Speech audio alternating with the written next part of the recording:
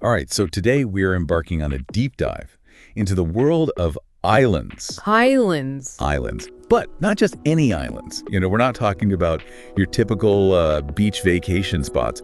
We're going to explore some of the most unique, bizarre, even mysterious islands on Earth. Oh, okay. I like where this is going. Like, what kind of islands are we talking about here? I'm talking about islands with nicknames like Alien Island or Battleship Island, islands that are practically brand new, having emerged from volcanic eruptions. Yeah. And islands so remote, they're home to the last uncontacted tribes on Earth. Wow. Sounds pretty intriguing. I mean, I know islands are geographically fascinating in themselves, right? You've got these isolated ecosystems, unique flora and fauna, all that. But to think about the human stories woven into them, that's what really gets me excited. Yeah, exactly. We've got a whole stack of research here all about these incredible islands and the stories they tell. Stories of evolution, of human ambition, of isolation, and even maybe a few ghost stories thrown in for good measure. Ooh, ghost stories. You know me too well. Okay, I'm ready. Where do we start? Well, why don't we start with one of the most visually striking islands out there, Okay. Socotra. Ah, Socotra. I've seen pictures. It's like something out of a science fiction film. Right. It's earned that nickname Alien Island for a reason. And the main reason for that is the dragon's blood trees. Have you seen those? Yeah. They're like giant upside down umbrellas. It's almost like Dr. Seuss designed a tree. Exactly. And they don't just look strange, they also bleed this bright red sap. Oh yeah, the sap. And that's not just for show, is it? No, not at all. That sap, it's been used for centuries. For medicine, dyes, even as a varnish for violins. Really? Violins. Huh? Who knew? It's amazing how something so seemingly alien can have such a practical use in our world. Yeah. And it's a key to their survival, too. Socotra is incredibly dry, very arid, and that sap acts as a sealant, helps the trees hold on to moisture. Right. Like a natural sunscreen for the desert. Exactly. It really makes you wonder what other secrets are hidden in those forests. What other strange and wonderful things might be found on Socotra? I know. It's like, it begs the question, are there other alien islands out there just waiting to be discovered? That's a good question. Well, speaking of discovering new things, how about an island that's practically brand new? Brand new. Okay, now you've really got my attention. All right, so picture this. 1963, off the coast of Iceland, a volcanic eruption starts and it just keeps going and going and going. Okay, this is intense. Until suddenly, boom, a brand new island rises up out of the ocean. No way. A whole island just like that. Just like that. That's Surtsey. Surtsey, wow. So what happens when a brand new island pops up? Well, scientists were obviously thrilled. They immediately saw it as a living laboratory. Of course. A chance to study how life colonizes a barren landscape. That's incredible. Exactly. They could observe everything, from the first mosses and lichens to the arrival of birds and seals. I can't even imagine witnessing that. It's like watching evolution and fast forward. Yeah, it's pretty amazing. Okay, so we've had alien trees, we've had volcanic islands. Ready for something a little cuter. Oh, you know I love cute. Hit me with it. All right, so picture this. An island overrun with bunnies. Thousands of them, hopping around everywhere. Welcome to Okinoshima, Japan, better known as Rabbit Island. Okay, that sounds adorable. But there's got to be more to the story, right? Why are there so many rabbits on this island? Well, as cute as it is, the history of Rabbit Island is a little bit darker. These rabbits are actually descendants of those released after World War II. Oh, right. Japan's history with World War II is complicated. Yeah, so the island was actually used for chemical weapons testing during the war.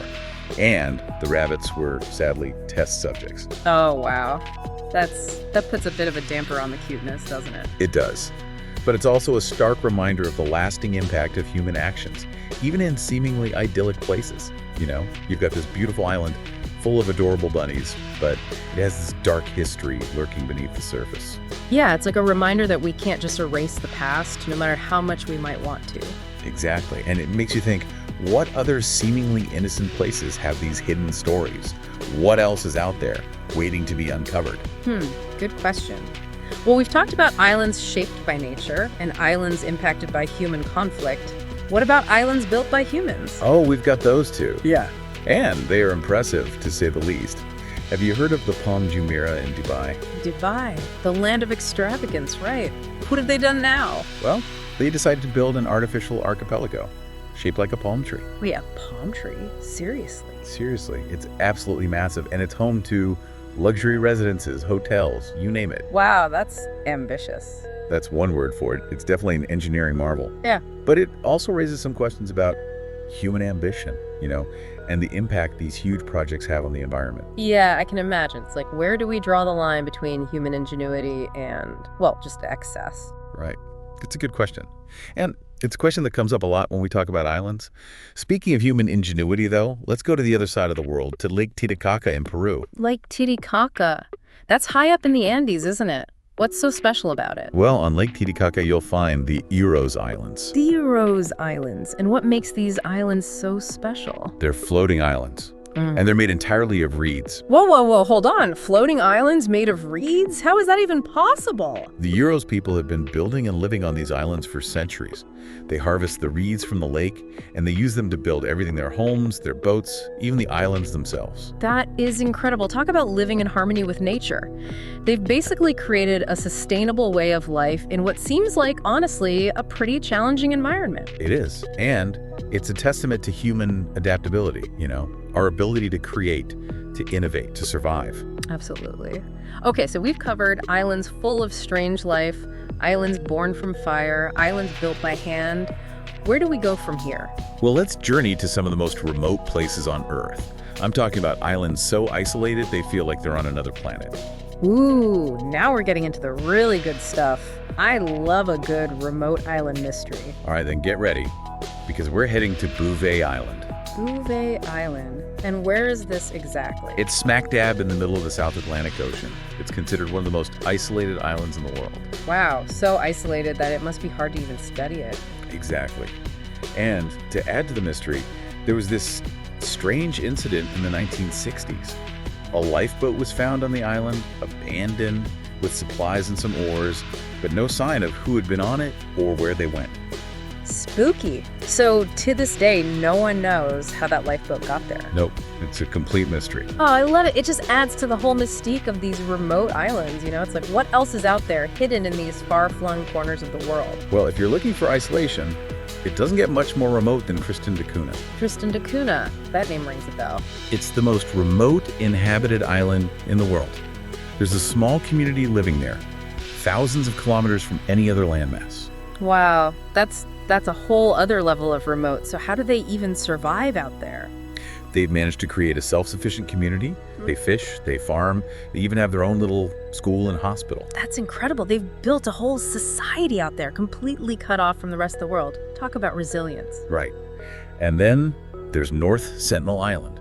North Sentinel Island. I think I've heard of this one. Isn't this the island where... It's home to the Sentinelese people, one of the last uncontacted tribes on Earth. Right. I remember reading about them. They fiercely resisted any contact with the outside world. Exactly.